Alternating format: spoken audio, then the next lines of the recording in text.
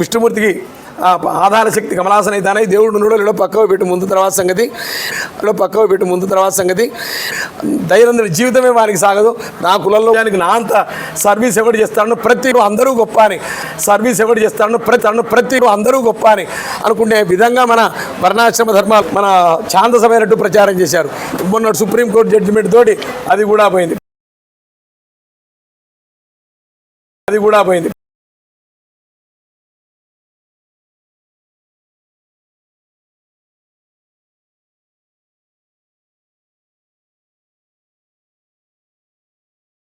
ప్రతి ఊరు రాముడు స్పర్శించాడు, ఆయన పాద స్పర్శించాడు.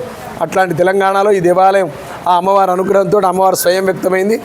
అయితే వైశాఖ మాసంలో అమ్మవారి కళ్యాణం, బ్రహ్మోత్సవాలు ఏ నెలైనా చేస్తారు ప్రధానంగా. అయితే కళ్యాణోత్సవం బ్రహ్మోత్సవాల్లో జరపడం, సీతారామ భద్రాచలంలో కానీ ఇక్కడ కానీ బ్రహ్మోత్సవాలలో కళ్యాణోత్సవం చేయడం అనేది ఒకటి ఉన్నది. కాబట్టి వైశాఖ మాసంలో శివ కళ్యాణోత్సవాన్ని కలుపుకొని ఈ మహోత్సవ విధిని నిర్వహించడానికి ఒక 10-15 ఏళ్ల నుంచి మనం చేస్తూ ఉన్నాం. ఆ ఉత్సవాలు ఎంతో వైభవంగా మీరు ప్రచారం చేస్తూ ఉన్నారు. దాంట్లో అన్నీ వివరించబడ్డాయి. ఈ బ్రహ్మోత్సవాల్లో మొన్న రోజు దేవస్థానం అన్ని విధాల ఆగమోక్తంగా ఎన్నో సేవలు చేస్తూ ఉంటే మన ఇన్వేడర్స్ చెప్పిన దాన్ని పట్టుకొని మన సనాతన ధర్మానికి వ్యాఖ్యానాలు చెప్తున్నారు అందరూ. ఏది విదేశం నుంచి వచ్చి మనకు ఈ కుల వ్యవస్థ ఏంది, ఈ లక్షణం ఏంది, అట్లా ఇట్లా అయింది. అందుకోసం మళ్ళీ కంచేయలే అంటాడు, వాళ్ళను అగ్రవర్ణాలే దేవతార్చనకు ఇచ్చేశారు, ఆధ్యాత్మికానికి మమ్మల్ని దూరం చేశారు అని బ్రాహ్మణాది సమస్త వర్ణాలు దీంట్లో పాల్గొనే విధంగా ప్రతిరోజు ఒక కులం వారితోటి ఈ ఉత్సవాన్ని స్పాన్సర్ చేస్తూ అన్ని కులాల వారిని ఆ కులం వారు పిలుస్తారు, అందరికీ భోజనం పెడతారు. భిన్నత్వంలో ఏకత్వం సమాజం.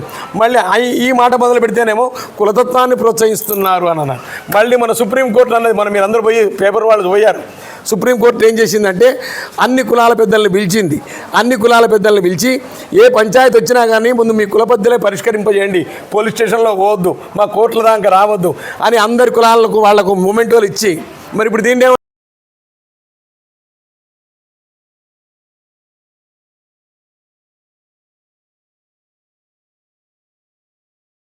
రాత్రి నాడు కానీ యువతల రోజు కానీ అవతల రోజు కానీ చేస్తారు. అసలు శంకరుడు అమ్మవారిని ఎప్పుడు పెళ్లి చేసుకున్నాడు అని గ్రంథాలన్నీ వెతికితే కాళికా పురాణంలో ప్రమాణం దొరికింది. సమయం కారయామాస వివాహాయ హరోగిరిం మాధవే మాసి పంచమ్యాం సిదే పక్షే గురోర్దినే చంద్రే చోత్ర ఫల్గున్యాం భరణ్యాదౌ స్థితే రవౌ. శంకరుడు తన కళ్యాణాన్ని జరుపుకోవడానికి తానే ముహూర్తం పెట్టుకున్నాడట. పర్వతరాజు దగ్గరికి ఆమె కూతుర్ని ఇవ్వడానికి మన దూతలను సప్తఋషుల్ని పంపాడట.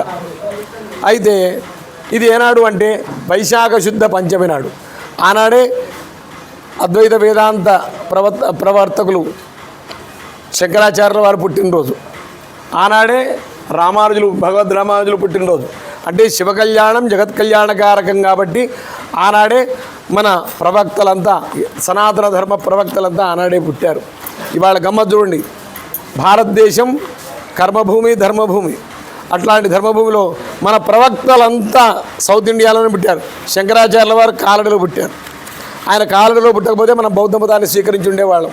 బౌద్ధ మతం పుట్టింది భారతదేశంలో, ప్రపంచమంతా వ్యాపించింది కానీ భారతదేశంలో లేకుండా పోయింది. సనాతన ధర్మానికి ఉన్న బునియాద్ అట్లాంటిది, దాని యొక్క తార్కికత్వం అట్లాంటిది. అట్లా ఇవాళ రామానుజుల వారు ఇక్కడ పుట్టారు. ఎక్కడ? శ్రీపెరంబుదూర్ తమిళనాడులో. మధ్వాచార్యుల వారు ద్వైతమత ప్రవర్తకులు ఇక్కడ కర్ణాటకలో పుట్టారు. ఎప్పుడైతే విదేశీ ముష్కరుల పరిపాలనలోకి మన భారతదేశం అంతా పోయి మన సనాతన ధర్మం అనేది లేకుండా పోయిందో ఆ పరిస్థితి వచ్చినప్పుడు విద్యారణ్యుడు మన వరంగల్లో పుట్టినవాడు, ఆయన వచ్చి మళ్ళీ ఈ 3 మతాలని అన్నింటినీ సమస్తమైన మతములను హిందూ ధర్మంలోని సమస్తమైన మతాలని ఉద్ధరించాడు.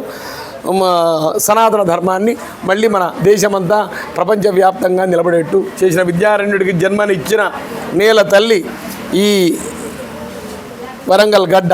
అట్లాగే విద్యారణ్య జయంతి కూడా శంకర జయంతి తెల్లారి ఆ సప్తమి నాడు వస్తుంది.